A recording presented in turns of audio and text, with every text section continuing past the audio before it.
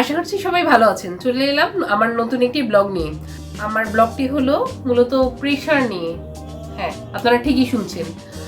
বর্তমানে অনেকেরই প্রেশার হয়, সেটা বৃদ্ধ হতে পারে, আবার অনেক কম বয়সেরও হতে পারে।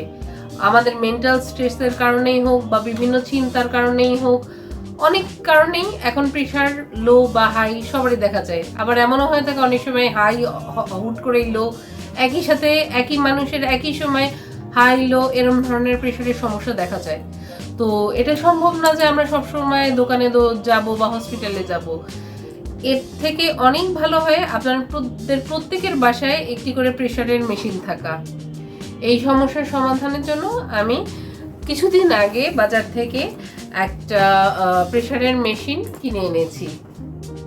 এটা কিভাবে প্রেশার মাপতে হবে, এটার দাম কত, বিস্তারিত আপনাদের সামনে আমি এখন তুলে ধরবো।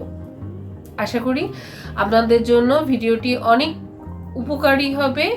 তো শেষ পর্যন্ত আমাদের সাবধানে থাকবেন এবং ভিডিওর ইনফরমেশনগুলো যদি ভালো লাগে তাহলে লাইক সাবস্ক্রাইব করে আমাদের পাশে থাকবেন। একটি প্রেশারের মেশিন কিনেছি, এটির নাম হলো ALP-K2।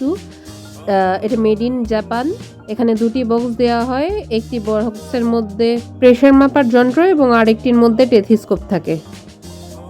আমাদের প্রেশার মাপার যন্ত্রটি ম্যানুয়াল বা অ্যানালগ।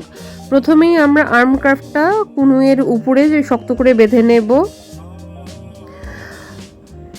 হাত সোজা রেখে আমাদের এটা বাঁধতে হবে এবং সামনে দুইটা পাইপ যাতে হাতের উপরের দিকে থাকে। এরপরে টেথিস্কোপের সামনের অংশটি আর্ম ক্রাফটের মধ্যে ঢুকিয়ে দেব এবং এর মাথায় যে একটা ছিদ্র আছে ওখানে আঙুল দিয়ে টিপে দেব যাতে এখান থেকে কোনো সাউন্ড বা কোনো শব্দ ভিতরে না যায়। এটি হচ্ছে ম্যানোমিটার। এর সাহায্যে আমরা বুঝতে পারবো যে কতটুকু প্রেশার তোলা হবে। এখানে 300 পর্যন্ত আছে, বাট আমরা 200 বা 220 পর্যন্ত তুলব। এরপরে রাবারের বাল্বের সাহায্যে প্রেস করে আমরা ম্যানোমিটারে 220 পর্যন্ত প্রেশার তুলব।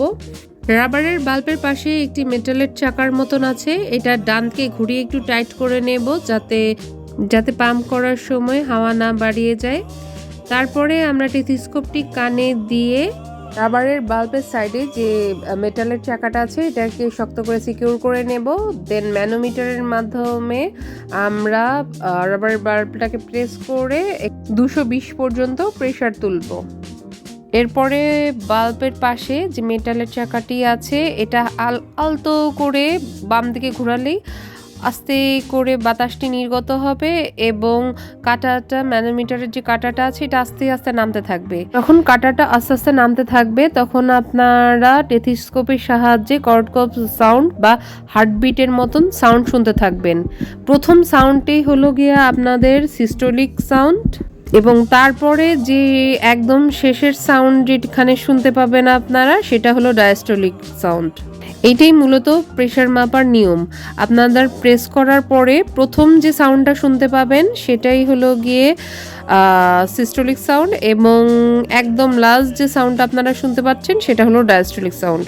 একটি সুস্থ এবং প্রাপ্তবয়স্ক মানুষের সাধারণত সিস্টোলিক চাপ থাকে 120 এবং ডায়াস্টোলিক চাপ থাকে 80। মানে উপরেরটা থাকে 120 আর নিচেরটা থাকে 80।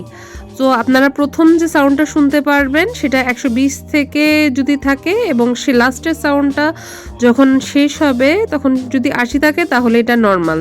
যদিও বা এটা বয়স ভেদে একটুখানি পরিবর্তন হয়। সাধারণত ম্যানুয়াল এই মেশিনটা নির্ভুল তথ্য প্রদান করে যদি আপনারা ঠিকভাবে ব্যবহার করে থাকতে পারেন। এখন আমি বলে দেব এটির দাম কত। আমরা এটি কিনেছিলাম 3400 টাকা দিয়ে। আপনি হয়তো বা দামাদামি করে দেখতে পারেন, বাট আমার কাছে প্রোডাক্টটা যথেষ্ট ভালো লেগেছে। ভিডিওটি যদি আপনাদের কাছে ভালো লেগে থাকে please like share and subscribe my channel. Thanks for watching.